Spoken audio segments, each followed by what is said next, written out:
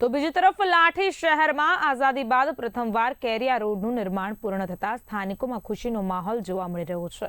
વર્ષોથી ધૂળિયા માર્ગ અને ખાડાઓથી પરેશાન રહેવાસીઓ તથા વાહન ચાલકોને હવે પાકા ડામર રોડથી મોટી રાહત મળી છે। આ સાથે જ ઉલ્લેખનીય છે કે આઝાદી પછી આજ દિન સુધી આ રોડ ક્યારેય બન્યો ન હતો, ત્યારે નવી બોડીના નેતૃત્વ હેઠળ ભાજપ શાસિત નગરપાલિકાએ વાયદો પાડ્યો છે।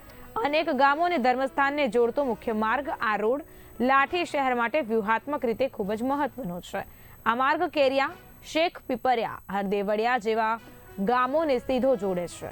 વધુમાં લોકોની આસ્થાનું કેન્દ્ર એવું મેલડી માતાજીનું મંદિર પણ આ જ માર્ગ પર આવતું હોય શ્રદ્ધાળુઓ માટે આ રસ્તો ટૂંકો અને સરળ બન્યો છે। અત્યાર સુધી રસ્તો બિસ્માર હોવાને કારણે લોકોને લાંબો ફેરો ફરવો પડતો હતો અથવા તો ખરાબ રસ્તેથી પસાર થવું પડતું હતું, ત્યારે નગરપાલિકા દ્વારા હાથ ધરવામાં આવેલ આ વિકાસલક્ષી અભિગમની સમગ્ર પંથકમાં પ્રશંસા થઈ રહી છે।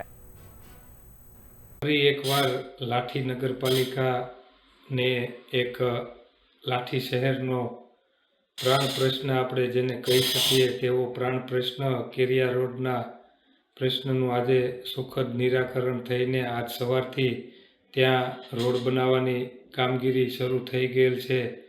જે રસ્તાના હિસાબે લોકોને પડતી હાલાકી ટૂંક જ સમયમાં દૂર થશે અને આપણા ધારાસભ્ય શ્રી જનકભાઈ તળાવિયાના માર્ગદર્શન નીચે ચાલતી લાઠી નગરપાલિકામાં આવનાર દિવસોમાં 10 કરોડથી વધારે વિકાસ કાર્યોના ખાતમુહૂર્ત થવાના હોય, ત્યારે આ વિકાસ કાર્યોમાં આપણે સૌ સહભાગી બની અને આવનાર સમયમાં આપ સૌ લાઠી નગરપાલિકાને સાથ અને સહકાર આપી આપણા લાઠીને વધારે વિકસિત કેમ બને તેની માટે આપણે સૌ